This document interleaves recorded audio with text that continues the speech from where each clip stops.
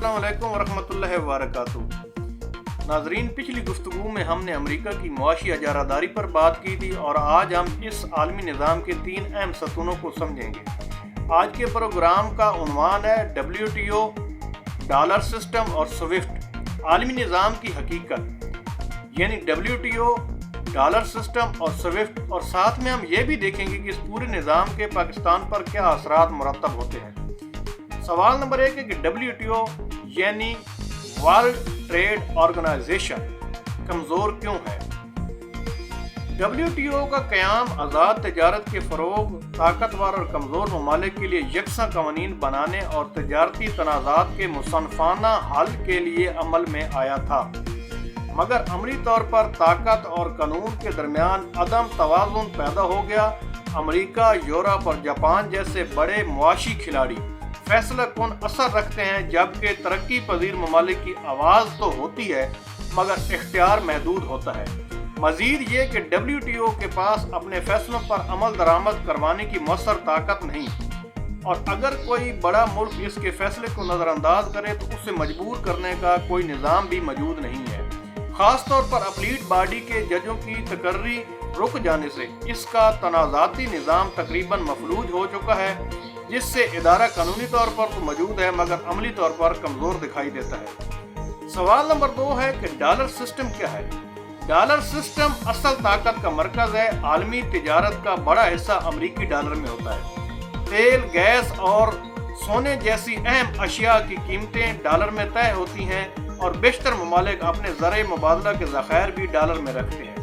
اس طرح ڈالر دنیا کی ریزرو کرنسی کی حیثیت اختیار کر چکا ہے۔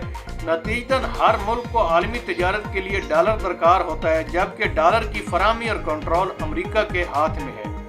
یہی حیثیت اسے غیر معمولی طور پر معاشی اثر و رسوخ فراہم کرتی ہے۔ سوال نمبر 3 ہے کہ سوئفٹ کیا ہے؟ سوئفٹ خاموش مگر مؤثر کنٹرول ہے۔ سوئفٹ ایک عالمی بینکنگ میسجنگ نیٹ ورک ہے جو ممالک کے درمیان رقوم کی منتقلی کو ممکن بناتا ہے۔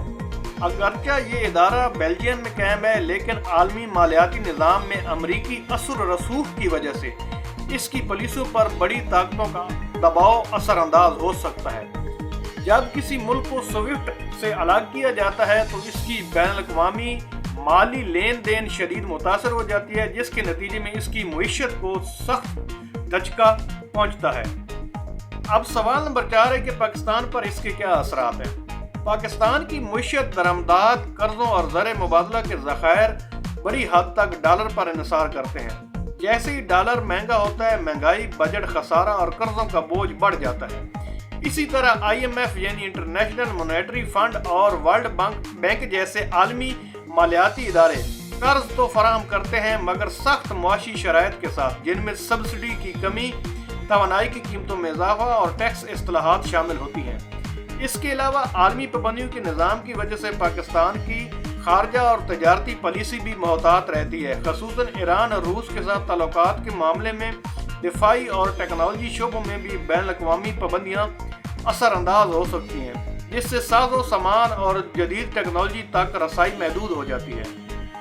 آخر میں یہ ہے کہ اس نظام کو کیا کہا جاتا ہے؟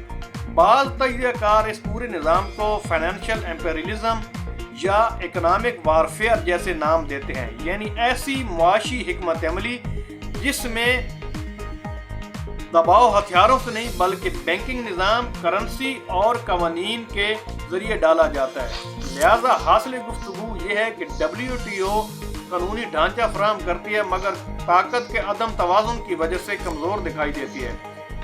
ڈالر عالمی معیشت کا مرکزی ستون ہے اور سوئفٹ مالیاتی رابطے کا اعصابی نظام۔